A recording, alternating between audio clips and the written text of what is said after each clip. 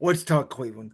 Okay, let's Um, talk Cleveland. Let's talk Cleveland. you know, so before the year, I got called names by Browns fans. I was called a hater.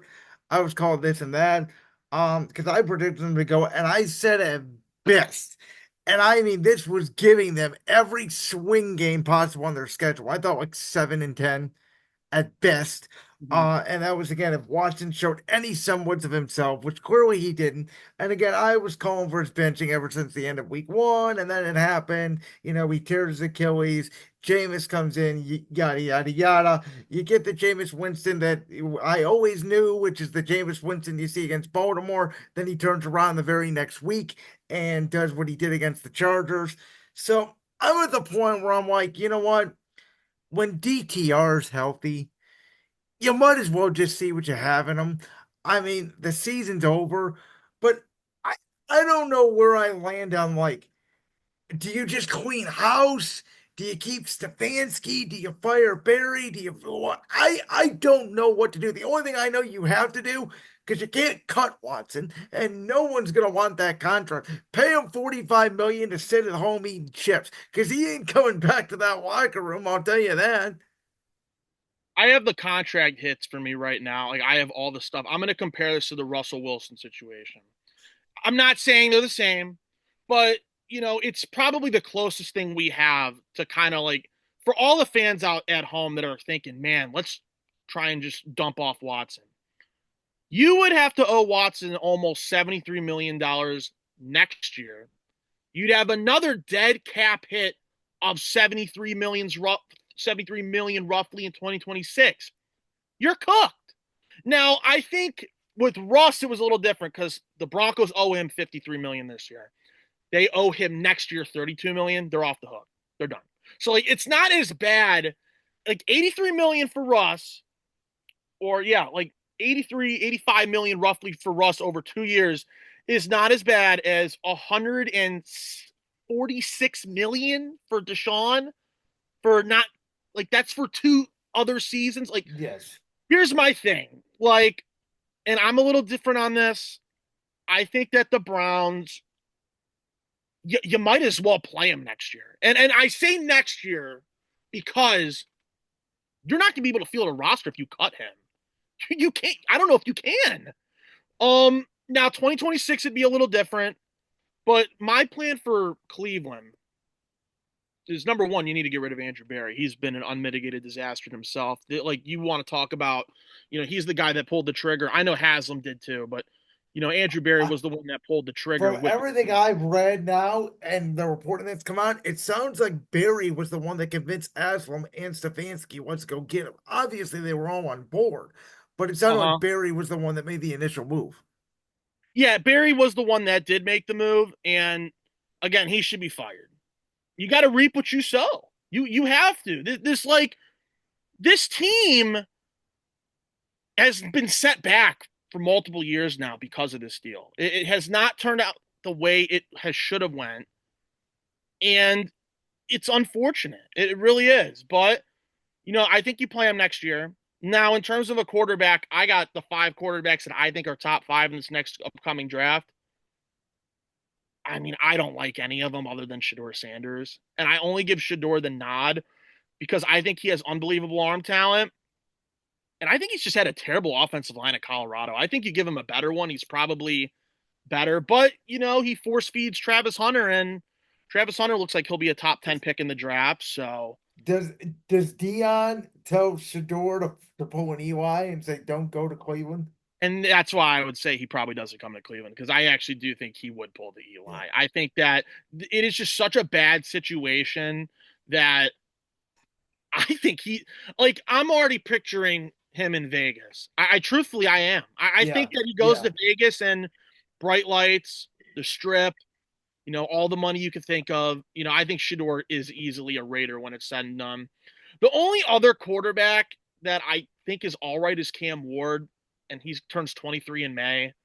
Like next May, he turns 23. It's like he showed me flashes, but I just none of these quarterbacks really entice me. Do I want Quinn Ewers? Probably not. What I would actually take Jalen Milrow. And I would take Milroe because he's a raw product. You can have him sit behind Watson for a year.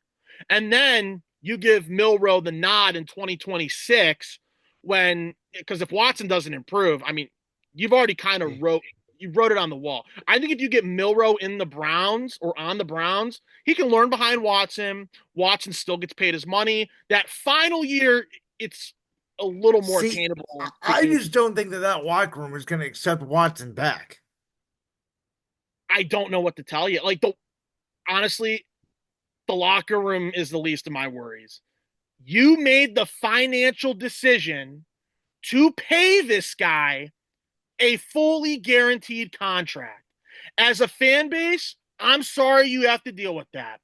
As an organization, you must reap what you sow. You have to pay him. Why would you do that deal? Why? So I think in the end, you have to play him. Yeah. You have to. Because if you don't, you're screwed for 2 more years. You owe that guy 73 million in dead cap, and you will not be. You'd have to maybe trade away Myles Garrett. You'd have to maybe trade. You'd have to fully rebuild because you want to probably cut ties after this season. It would make zero sense at all. And I doubt, not even Carolina, I mean, I doubt anybody would go after him and eat some salary. I don't see it. Okay, so speaking of another team that, my God, the New York Jets. Austin, we came on here, we had this discussion probably late May, early June. We both predicted the New York Jets would win the AFC East this year. And uh that team makes my head hurt. Um, for whatever reason, they fired Robert Sala. Still don't understand it. Their defense is worse without him, clearly. Um, they beat the Texans on Thursday night. Whoop-de-doo. It doesn't mean anything. They had 7 points through 3 quarters. Um, it just this team is an Aaron Rodgers led team. They are the Browns are an unmitigated disaster. The Jets are just a disaster. Um, is it on the board that Aaron just goes, you know what? We got Devontae Adams for half a year, but this team stinks. Well, my personal play caller that I like to call him, Nathaniel Hackett, pretty much got demoted. This team's going nowhere. Buffalo, I think, is better than both of us thought. I think we both kind of thought a little bit of regression from Buffalo, and they're still right there, top of the AFC. Like I think we might be watching the last 6 or 7 games of Aaron Rodgers' career because he is aging like a 40-year-old quarterback, and the Jets are going to be stuck too because they don't have a backup plan at all. Yeah, Aaron's a ticking time bomb because we don't know when he wants to stop playing. I think that part of him inside is like, we got Devontae. He's gonna be here for half a year. He's gonna be there for more, but like they're gonna have to pay him, and just the timelines are just not there anymore. Yeah. They had the timeline in Green Bay. They don't have it anymore. This is the last ditch effort. I will say this though. I will give props to the Jets for at least. I mean, this is about as clear as day as all in as you could possibly go. And I'll give them credit for doing it. I really will, because they've tried everything to turn it around. And at some point, we've seen it now. It just has not worked. I will give them a round of applause for at least going the limits to try and make this work. But in the end, Aaron Rodgers is just not the same. I could see him retiring. And I could, depending on how bad they are, I could see them going for a Cam Ward, Shador, Ewers, Carson Beck, or Jalen Milrow. I I doubt could. they're doing it in the first round. I I yeah. severely doubt it. There's no way. Aaron runs the team now. I mean, if he doesn't come back, sure. But if Aaron comes back, you want to bet Aaron's going to choose the head coach? I wouldn't be surprised if Nathaniel Hackett's the head coach next year. Yeah, it's the way I compare the Browns and the Jets is very similar because a lot of the problems the Browns have, it starts with ownership. You can say the same with Woody Johnson and the Jets, but to a lesser degree, I feel like. And, it's just unfortunate because the Jets have they've just never had good luck. And you can argue with some of the moves that they've made, and you can argue about kind of thought process with the hiring and firing of coaches and, the bringing on of front office personnel. But just in the end, I think they're not going to really have anything to cheer for and kind of have their moment, have like that New York Jets finally riveting moment until Woody Johnson's like, you know what, I can't do this anymore. I gotta sell. And that's the reality of the situation. It stinks. It sucks to say that because I thought and you thought and a lot of other people thought that this team was going to have a chance. You got a defense. The offense got weapons. Everyone's healthy, and yet you're 3-6. So, last NFL question for you. There's one other team that just drives me nuts, and you can probably guess which team it is. Um, I was very aggressive this year. It has not worked out in our Black Shore Radio Fantasy Football League this year because I thought Chicago was going to be really, really good. Um, I did not think Super Bowl good, but I thought Caleb was going to be CJ Stroud-esque. I thought DJ Moore, Keenan Allen, Rome Odunze, DeAndre Swift, like I just thought that's gonna work. And they had a very good defense, very similar to the Jets. Um, that's the worst offensive coaching I think I've seen besides the Browns team in 2017. That team, like, what are we doing? Like, DJ Moore is taking himself out of plays randomly. Caleb is dropping back 50 times a game. They have no run game whatsoever. They have no offensive plan. They're defending the way they defended the Commanders on the Hail Mary, which Dan Quinn basically said, yeah, those last 13 yards, basically the reason why we were able to throw the Hail Mary, but so Chicago's defense is getting worse, which is one of the reasons why Eberflus was retained because the defense was good last year. So my one worry about the Bears was that Eberflus was the wrong coach, and I got sold on Hard Knocks. Damn you, HBO! And this team, they need a new coach. They need an offensive coordinator. I am not giving up on Caleb. I think it's unfair for people that are already out on him. And, there's already people comparing him this draft to Bryce Young and CJ Stroud, which I think is completely unfair. Bears team has talent. They drive me freaking nuts, man. I can't watch them. I literally can't watch them. They're so badly coached. They have zero accountability. Yeah. And you saw it How after how was thought after the Stevenson Hail not Mary that they had clutch? zero accountability. What's your if that was Belichick, and I've had my issues with Belichick since Brady has left New England. I didn't think he was, you see his record with and without Tom Brady. I mean, it's the reality of the situation. But Belichick would have cut Stevenson the next day. I mean, how do you let that happen? And there's no accountability. And DJ Moore was asked yesterday or the day before about, do you believe in the coach? And he was like, I want to say I do. Like, can we fire him now?